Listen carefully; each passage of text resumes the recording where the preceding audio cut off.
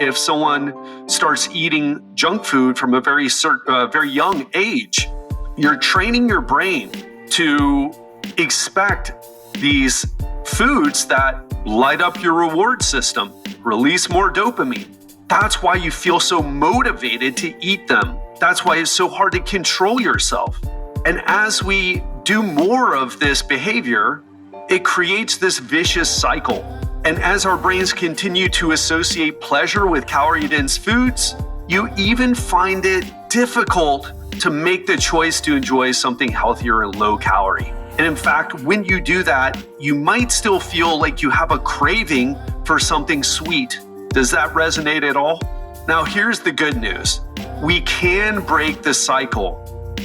Welcome to the Legendary Life Podcast, where it's all about taking control of your health, losing fat, transforming your body, and living the life you deserve with celebrity fitness trainer and longevity enthusiast, Ted Rice. I can't buy ice cream and store it in my freezer. Why? Because I know I'm going to eat the entire thing. It doesn't matter if it's a pint or a couple or just a small serving, it's going to disappear within 24 to 48 hours. And as I've struggled with this over the years, I began to ask why. Why does this happen? I feel like I have control in so many areas of my life, but when it comes to certain foods, for me, it's ice cream. For you, it might be fries. For other of my clients, it's pizza or pasta. But if you have struggled with self-control with certain foods, this podcast is for you. We're going to talk about why your brain is wired to crave high-calorie, less healthy foods. We're also going to talk about how you can break free of the cycle. So if that resonates with you, you're in the right place. Welcome to the Legendary Life Podcast. I'm your host, Ted Rice, health expert and coach to entrepreneurs, founders, and other high-performing professionals. We produce this show for two reasons. Number one, I've been in this business for 24 years, and I've gone down a lot of roads that were dead ends with trying to improve my health. I followed a lot of very confident people, but their information never led to the results that I was looking for. And so this is my way of giving back and giving you the best health information on the internet. The second reason is I'm a health coach. I work with people to help them achieve the same success with their health that they have in other areas of their life. So if you're a high achieving professional and you know the value of coaching and you want to fast track your success and avoid all the mistakes, and you're looking for who to hire to help you do that, you'll think of me. So let's get into today's episode because we're going to take a dive into why this happens. And like I said earlier, it's something I've struggled with for a long time and something I've seen my clients struggle with. And here's what I've learned. The solution is our brain, and it also causes the problem. When we indulge in a delicious, high-calorie meal, our brains release a surge of dopamine. Now, there's a lot of talk about dopamine, so you probably heard of it before. But just in case you haven't, it's a neurotransmitter. That means it's a chemical in your brain that communicates from one brain cell to another, and it plays a crucial role in what's called your reward system. In other words, if you've ever done anything and it felt rewarding, it felt pleasurable, that's your brain's reward system at work. So this release of dopamine creates that pleasurable sensation, and it reinforces our desire to seek out and consume more of those foods that gave you that dopamine release. On the other hand, though, when we eat chicken and broccoli, our brains release significantly less dopamine. So as a result, these healthy options, they just don't seem that appealing. And even some people don't like them at all. If food doesn't taste delicious for some people, they're just not interested in eating it. And what I want to tell you is this comes from the way our brain is wired in the reward system specifically. And it's not just the wiring. It is also how you've trained your brain, Because what ends up happening, let's say if someone starts eating junk food from a very young age, you're training your brain to expect these foods that light up your reward system, release more dopamine. That's why you feel so motivated to eat them. That's why it's so hard to control yourself. And as we do more of this behavior, it creates this vicious cycle. And as our brains continue to associate pleasure with calorie-dense foods, you even find it difficult to make the choice to enjoy something healthier and low calorie. And in fact, when you do that, you might still feel like you have a craving for something sweet. Does that resonate at all? I know that's something I've experienced. Now, here's the good news. We can break the cycle, but it's going to take some work. And it also has to do with understanding what's going on. So the concept here is neuroplasticity. And I've talked about it a lot on this show, but just in case you haven't heard that word before, neuroplasticity is just the term to describe how our brains change in relation to learning. For example, when you start to play the guitar, you're not very good at it. It's hard to put your fingers in the right place, hard to strum the strings. Or if you're learning how to play golf, it's hard to hold your body position and swing it the right way to get the little ball all the way a bunch of yards away into that small hole. But after a while, you start to learn how to do it. And that process is neuroplasticity. It's the mechanism of learning. It's the process, the physiological process that occurs in our brain as we learn. And what's important about this is we can teach it the wrong things, such as what we're talking about today. And what I want to tell you is if you've developed, like I have in the past, this habit of eating junk and then craving more, it's going to take some time for our brains to lose our cravings. So the first thing to understand, and we'll go into specific strategies for this, but the first thing to understand is that we need to give it a break. Just like if you wanted to quit smoking, you have to start to cut down or even quit and go cold turkey. And that's kind of the same thing here. We've developed this pattern of behavior that causes a strong release of dopamine, and we just don't feel happy. We don't feel the pleasure if we're not eating those things. So it's going to take some time for these cravings to go away. How long? Well, based on the research, the answers vary. And they vary depending on factors such as differences between people and also the intensity of our cravings. In other words, some of us will have more intense cravings than others. However, most studies point to a period of several weeks to a few months for our brains to adapt. And during this time, it's really important to remember that your brain is undergoing significant changes because you will have cravings. You will want to repeat or default back to those old habits and grab the pint of Ben & Jerry's Tonight Dough. I think the name of it is the last Ben & Jerry's pint I ate. And you'll want to default to those old behaviors. But the more you default to them, the more you go back to those behaviors, the more you reinforce them and create that cycle again. So as you consistently choose healthier food, your brain will start to release more dopamine in response to the healthier choices, and it will gradually rewire your reward system. But this process, again, it's going to take several weeks to a few months. And the process, it requires patience, persistence, and most importantly, self-compassion. And I'm a little hesitant to talk about self-compassion because a lot of the people I work with, both men and women, are high achieving. But I think it's the right word to use here because when we judge ourselves harshly, oh, wow, you just have no self-control, you're a loser, whatever the talk is. What does that do? It creates stress. And so many of us, part of why we're craving this stuff in the first place is because stress is playing a role. So when we have a more compassionate approach, it helps us not to spike our stress levels even higher than what they already are. So let's get into some strategies. Because rewiring your brain, it may seem like a big deal, but the reality is it's quite simple.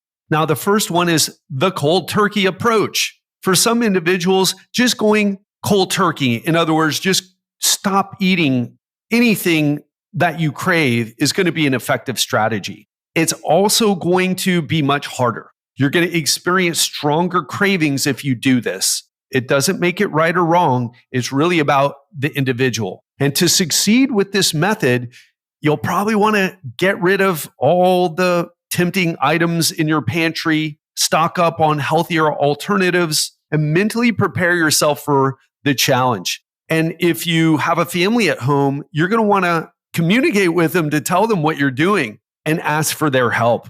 Now, the second way of doing this is start slow. And personally, I tend to be a start slow person. Sometimes I go all in, but with food, I take a slow approach usually. So rather than going cold turkey on your favorite junk food, try gradually reducing your intake while simultaneously increasing your consumption of healthier options. This is going to give your brain time to adapt, and it's going to minimize the feelings of feeling deprived. It's going to minimize those feelings. The key to making this work, however, is you must eat the healthier stuff first until you get full, and then have the junk food, the dessert, the chips, the whatever it is on top of it. And you'll end up eating less. This is the way I do it whenever I find myself stuck in a little bit of a cycle of eating a lot of junk, eating a lot of dessert. Number 3 is opt for healthier alternatives. And this is something that I also do and teach my clients to do.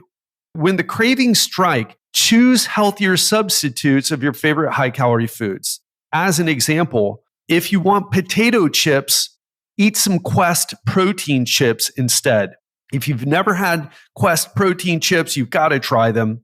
Yes, it's basically healthy junk food, but it's only 150 calories. And if you're struggling for that flavor, for that taste, for that, getting something that can just give your brain a hit of that pleasure, then it can work well. Another favorite, if you have a bit of a sweet tooth, you can use something like 0% fat Greek yogurt with your favorite flavored protein powder. And I like to put a little sweetener instead of whatever sweet you would have. And what you get is something that is delicious, it's filling, has a lot of protein, which we'll talk about in a second, but also is sweet enough to give your brain a hit of what it is craving so that you can push on and get in better and more control of yourself. So number 4 is prioritize protein and fiber.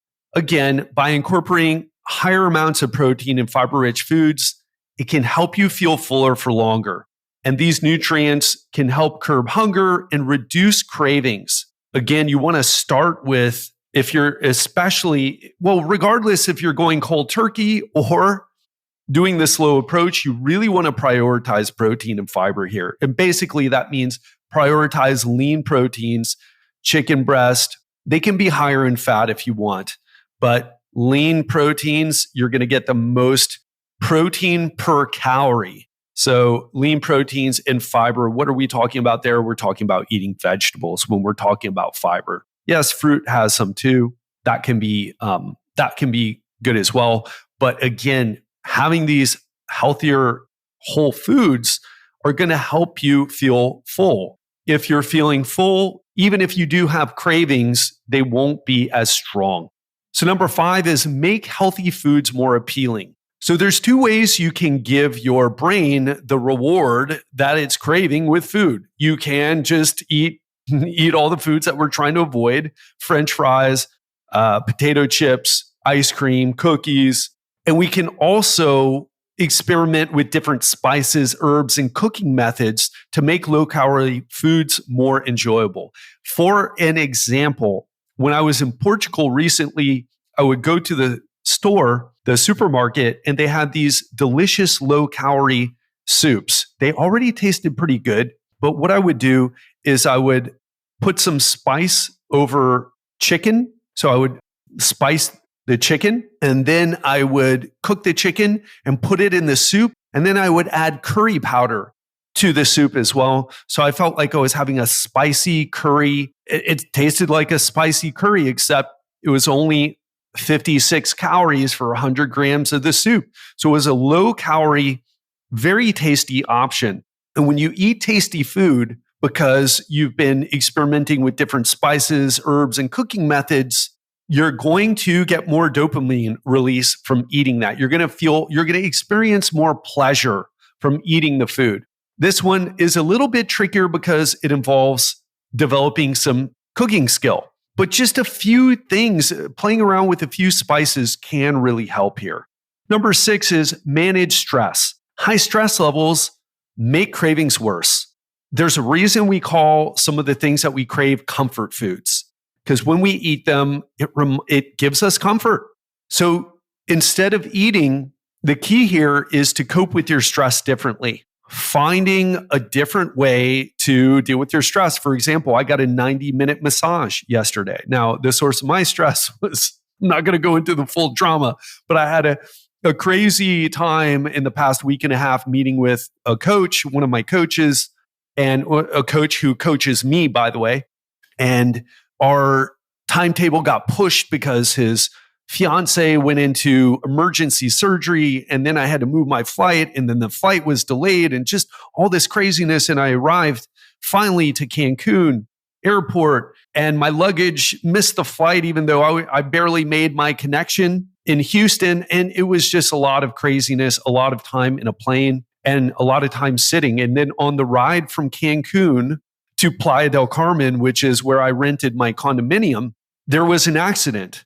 And it's a very narrow road. It's only 2 lanes going away from the airport and coming back to the airport. And we were in traffic. The driver who picked me up and we were in traffic for another hour. So it was a lot of stress. What did I do? Yes, I did eat some tacos, and we'll talk about that later. But what I really did was I got a 90-minute massage. And I asked her, I was like, you know what? Can you do 90 minutes? And she said, yes, we can. I said, oh, okay, let's do it. I was only going to do 60 minutes. I thought about, I'm going to pay more money. It's going to take more time. But you know what? It was the right thing to do. And so I did it. And other of my clients also, they have saunas or sauna blankets, or they get massages. They have different ways to lower their stress, and they're proactive about it. So that's something else that can help. And not can help, but definitely does help if you feel like you're under some stress. And what I mean by that, just really quick, is I don't mean, hey, are you stressed out? Because a lot of people will say no. What I mean is that you have symptoms of stress, meaning you're having food cravings because there's a lot going on. Because as high performers, sometimes we're not so connected with how stressed we actually feel. So we have to rely on metrics. So manage stress is number 6. Number 7, get adequate sleep.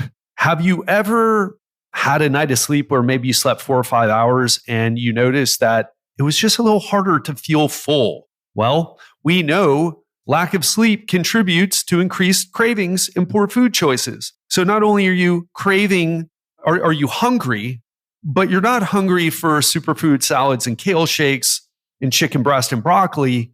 You want the Rocky Road, Haagen-Dazs Rocky Road, or whatever else it is, hamburger and fries. So aim for 7 to 9 hours of sleep per night.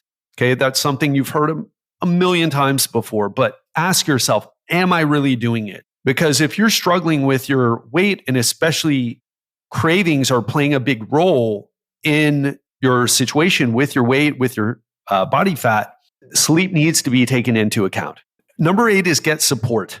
And I would even call this, do an audit of who's in your life or who's influencing you with your food choices.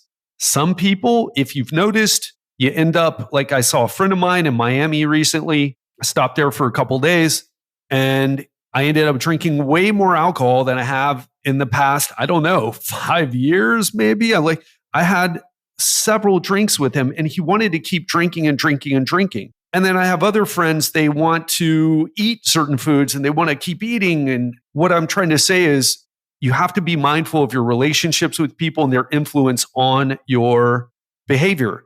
And it's very tough you have to be a certain type of lone wolf type of person to set strong boundaries or just say, yeah, I'm not going to eat it. But for the more social of us, which I'm kind of introverted in many ways, but I really enjoy being around friends more than ever these days. I view it as a crucial part of my mental health is spending time with people I care about. However, we have to make sure that the people who we're hanging out with for our mental health, for life satisfaction, for enjoying ourselves, aren't also contributing to poor physical health because of their influence. And again, this isn't about blaming people. It's just about understanding that people influence you. And even if you're the most strict type of person who can regulate yourself, well, you're still going to be working against, you're going to be putting forth such effort to maintain control when you're spending time with people who have these bad habits to say no. So make sure you're surrounding yourself with people who are supportive. Make sure you ask for support because sometimes your friends, even the ones with bad habits, you can say, hey, listen, I'm trying to cut down on drinking. I'm trying to not eat as much. And I really love your support on this. Personally, I'm kind of talking out I don't really usually ask for support personally. But then again, this is my business. And so what I'm sharing are strategies that my clients have shared with me. I end up, by the way, just in case if you're interested, when I was hanging out with my not client, he's not a client, he's a friend in Miami, I did have a few drinks with him, but at a certain point I said, no, I'm done, man. I'm not drinking more scotch. I don't care if it's Blue Label. Actually, I don't really like Blue Label anymore, but I've found that I really like port. But the point is, you have to learn how to set boundaries with people and ask for support when appropriate. So those are the big strategies, the big 8 strategies that I've used with myself and with my clients. So I want to finish off by saying breaking free from cravings, it feels impossible at times, but it can happen. In fact, it does happen. I had a client tell me recently she had a craving for Jimmy John's sandwiches and she thought they'd never go away, but they went away. So the craving will go away. And I'm hoping that arming you with a deeper understanding of how your brain works, along with strategies that have been proven, not just ones that I looked up, but things that I've actually done and coached my clients on. And you can do this. It's 100% doable, but it takes commitment. It takes a commitment to change. It takes perseverance, and you will experience negative emotions. You will have those cravings and you'll want to give in to them. And it's okay if it happens, but if it happens too much, giving into cravings, then what you're doing is you're not making any progress. So what I would tell you is, remember, the journey of rewiring your brain, it's not a sprint, it's a marathon. It can take weeks or even months. Progress will be slow at times. You will fall off the wagon occasionally. And what I want to tell you is, if you stay the course, you will win.